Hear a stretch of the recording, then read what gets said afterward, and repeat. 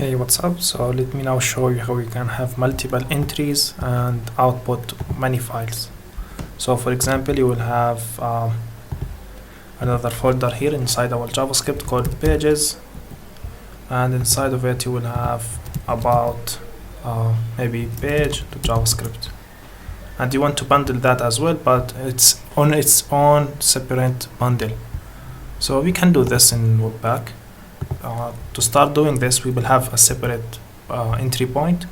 I will call this about page, the same name as the file, and I will join the current directory name, then source, then JavaScript, then pages, then the about page to JavaScript. But since I'm writing the same code, so let me define a variable called JavaScript source. This will be join the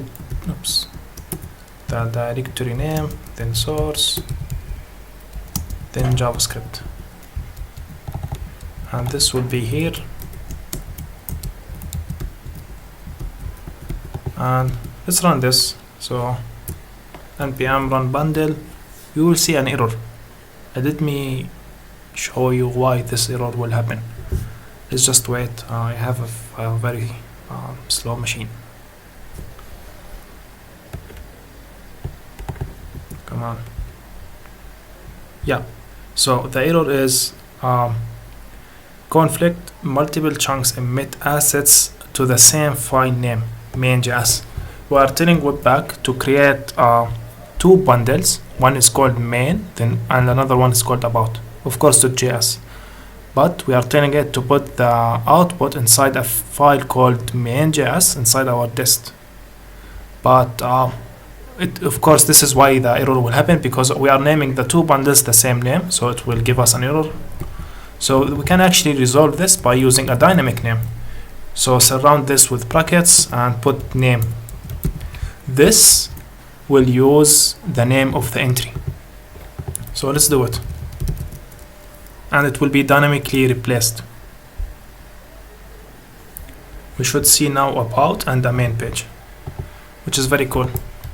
And by the way, if this is not clear, if I change this maybe to my name and this one to Sarah, just wait, yeah, Sarah. And if I run this now, we should see rewards.javascript and Sarah.javascript. So this is a way to handle naming your files and having multiple entries. In the next video, I'll show you something really cool, in the next video, I will maybe talk about Sass in a little bit. We will return to JavaScript, but I will show you the basics for everything, or for the stuff that you most likely will deal with. Then I will show you something really cool. Imagine that I want the output in this format, using the same Webpack config files. I will show you how we can have multiple output paths. But yeah, this is it for now. I will keep things simple and short. Thank you.